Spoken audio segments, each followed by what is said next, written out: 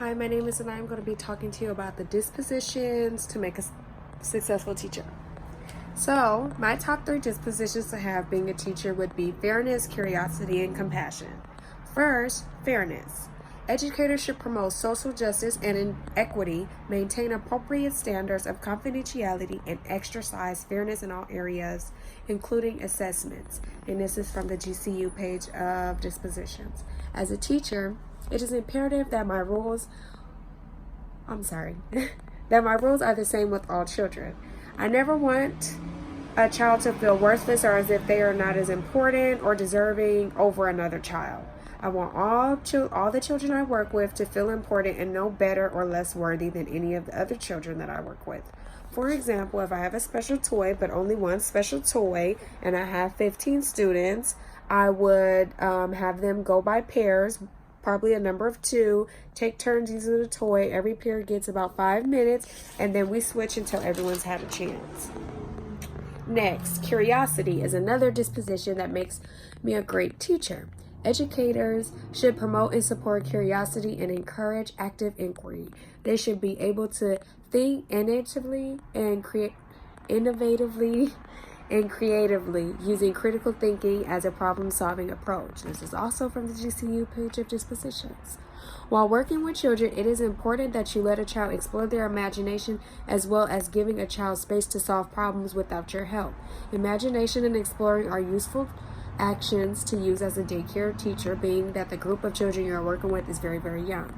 A big part of childhood is imagination. Problem solving is also important for children to learn because you will not always be there to help them. And problems will occur along the way, and not all problems are preventable, but they are solvable. For example, to support and encourage critical thinking, I do a few things with the kids. The first thing is science. Teaching children science expands the brain. Children are able to practice using hypothesis, observation, and listening skills. Second, while teaching students science, children will have the opportunity to explore and observe. Lastly, we will come together as a group to discuss our findings and what we've learned. Now, for the problem aspect of it, there are times when I might see a child not like another thing that another child did, and I might have seen it, but I want the child to exercise their voice and to use their words and their feelings and to express their feelings. Last is compassion. Compassion is the last disposition out of the 3 dispositions that I will discuss today. Educators should demonstrate professional friendliness, warmth, and genuine caring in their relationships with others while providing intellectual, emotional, and spiritual support. In my opinion, compassion is the biggest disposition to possess as a daycare teacher. The reason being is because you are working with very young and fragile minds. Everything that you do and say will be used to shape these little ones' mind. It is imperative to show these children compassion as a guardian would. These children's parents drop their child off with you, and it is important that you become that parent figure to the child. The child should feel nothing but love, secured, and taken care of. The child should feel protected and should be able to trust that you will take care of them, you will feed them, you will listen to them, and you will hear them. I can't stress this enough as a daycare teacher.